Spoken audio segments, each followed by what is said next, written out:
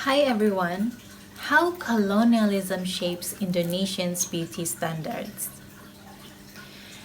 Apakah kita masih stuck dalam sebuah kepercayaan di mana standar kecantikan Eurocentris itu jauh lebih menarik? Misalnya memiliki kulit putih, hidung yang mancung, mata berwarna biru atau hijau, badan yang tinggi atau langsing. Semua itu dikatakan cantik dan sempurna.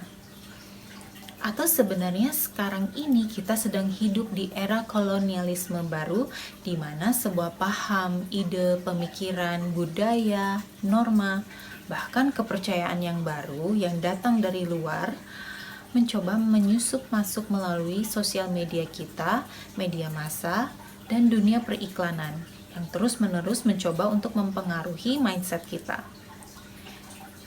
Jadi kita sebenarnya hidup di era kolonialisme mana? Yang paham lama atau paham yang baru? Lalu pertanyaan berikutnya, sebetulnya ada nggak sih standarisasi kecantikan itu? Dan apakah kita memerlukannya? Is it real atau itu hanya sebuah ilusi saja? Tampaknya jawabannya ada di dalam diri kita. Kita mengetahuinya dari lubuk hati kita yang paling dalam. Indonesia itu begitu unik. Kita memiliki beragam budaya, suku, bahasa, ritual, adat istiadat, tradisi, kearifan lokal, kemudian kesenian, mulai dari Indonesia Barat, Indonesia Tengah, Indonesia Timur.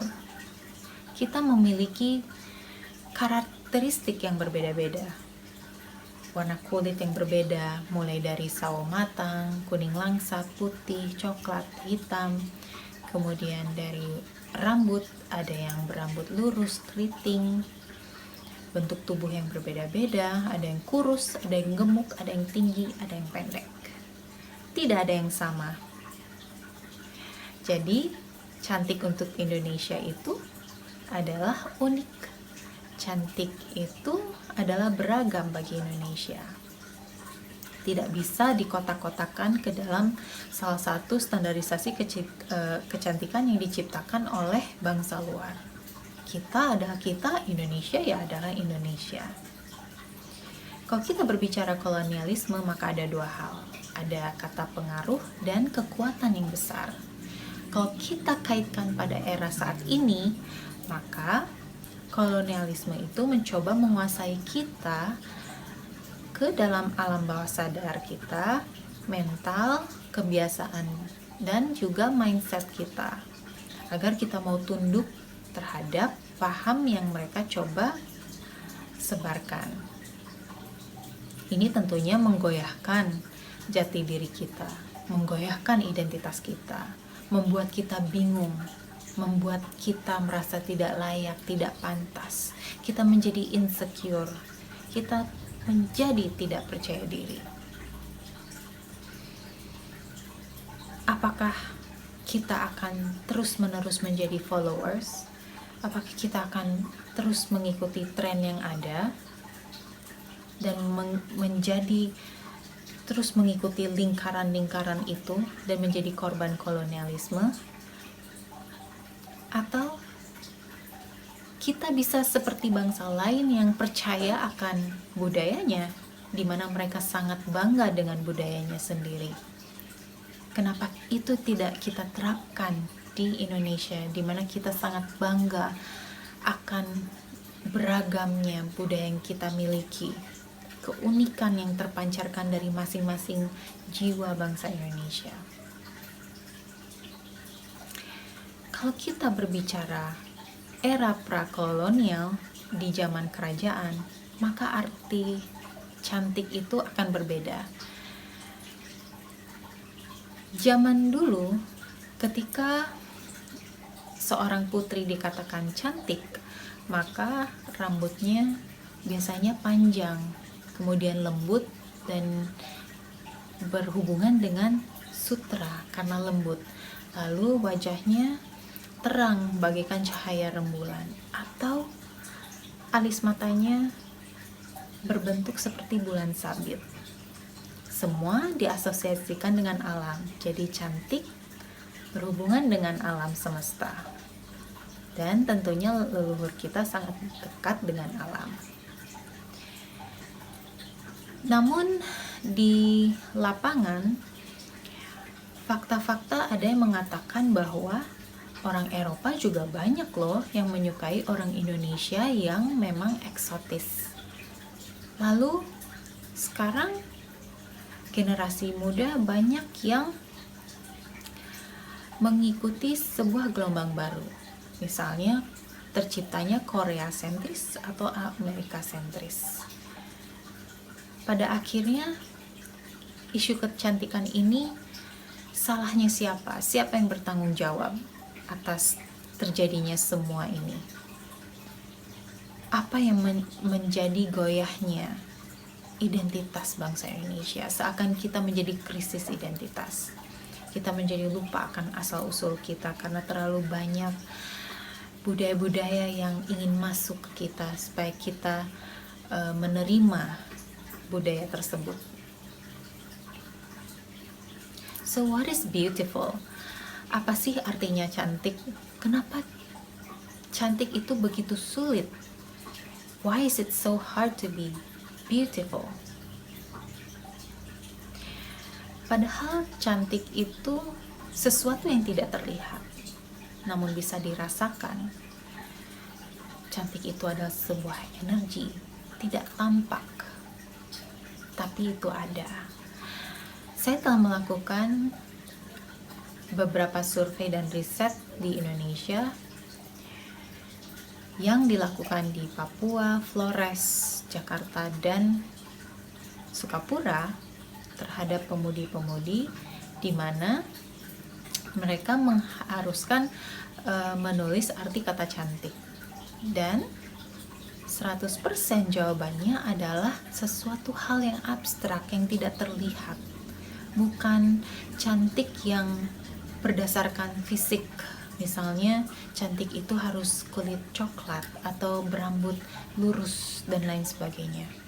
100% adalah jawaban yang abstrak. Misalnya cantik itu adalah menjadi diri sendiri. Cantik itu adalah percaya diri. Cantik itu adalah tulus.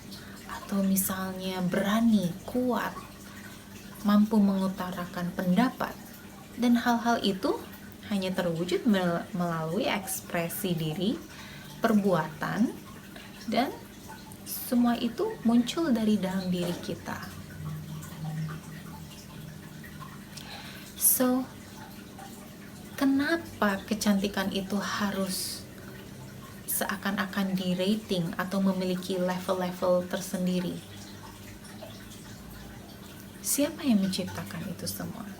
So, how should we decolonialize semua standar-standar kecantikan yang terus-menerus menyerang kita? Yang pertama, kita harus memahami bahwa beauty comes from within us. Within berarti ada di dalam diri kita, the inner self yang tidak tampak, sehingga menjadi sebuah kekuatan diri. Dan kalau kita bisa konsisten dan komitmen terhadap kekuatan diri kita, dan semua orang menerapkannya, dan terkhususnya bagi warga negara Indonesia, maka kita memiliki sebuah kekuatan yang besar. Kita memiliki ciri khas. Kita memiliki kecantikan yang unik, yang terwujud, yang bukan hanya teori saja. Maka yang pertama, kita harus memiliki kesadaran diri. Apa sih kesadaran diri? Kesadaran diri akan tercipta ketika kita sadar akan identitas kita. Kita tahu dari mana kita berasal, kita tahu mengapa warna kulit kita seperti ini, rambut kita seperti begini, kemudian warna mata yang seperti itu. Kita menjadi yakin akan diri sendiri.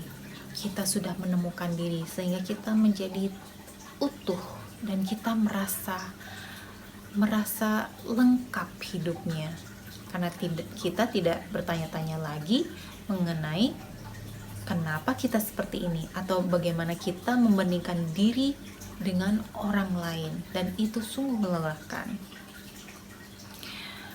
Lalu yang kedua, pemberdayaan diri.